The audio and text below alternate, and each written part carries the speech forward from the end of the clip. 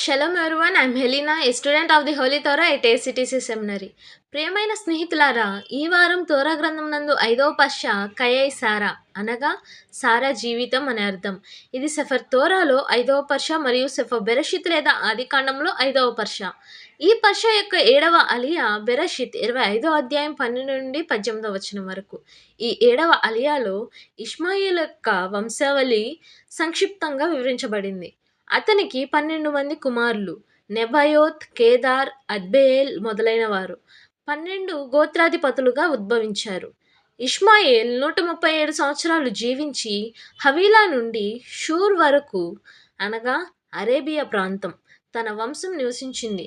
అతడు అస్సీరియా ఎదురుగా మరణించాడు మరియు అతని సంతతి తమ సోదరులకు వ్యతిరేకంగా నివసించింది.